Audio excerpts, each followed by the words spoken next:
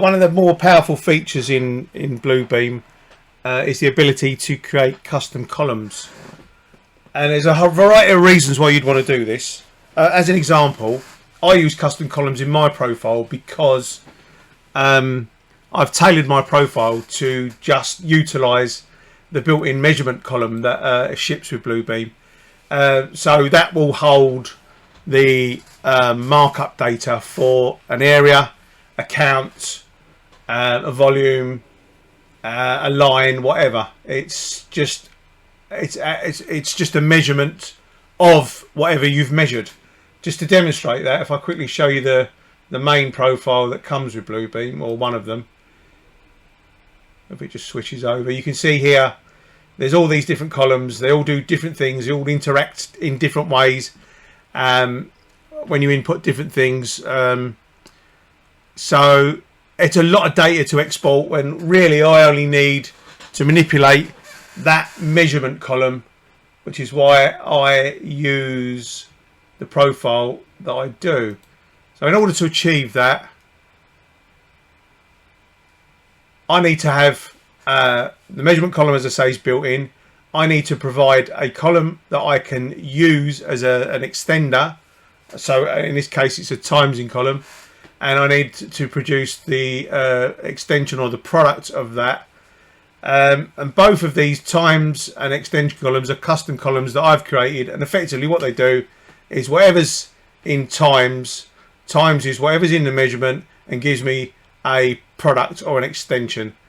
Fairly basic, fairly straightforward, very, very QS like, and that's the way I've intended it to be. I mean, you can put a minus figure in this times column if you choose to work that way. So how do we create these? Basically, we go into markups list menu on the left there.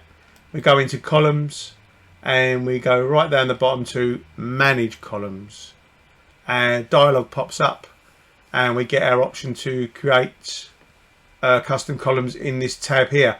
And you can see in the default pane you've got all the built-in columns there. So to create a custom column, select that tab, and because I've already added these and created them, I won't do that again. I'll just show you how they're done.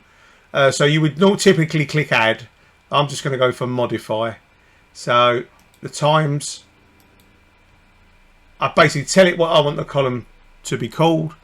I tell it the type of column it is, and there's various things in there. Can be a tick mark. Choice is really powerful, but that's the subject of an advanced lesson. Dates, formulas allow you to create formulas as you would in a spreadsheet. Number just holds a number, and text holds a text. They're fairly obvious. So if we just leave that as number, because all I want it to do is hold a number, and I just give it a default of 1, so that later on when I'm in the spreadsheet I haven't got to go through and fill out loads of ones. It's just a default because it's one measurement of something every time. In contrast to that, the extension column, again you would click add and you would create it. Let's just go through the process. So I tell it it's an extension column, I tell it it's a formula column, and what I basically do is I type the expression in this expression box. So what you do is you just start typing, and it will give you the variables, which are all the other columns that exist. So I want times, and as you would in a spreadsheet, just you can start typing the column you want it to times by, which is in this case measurement.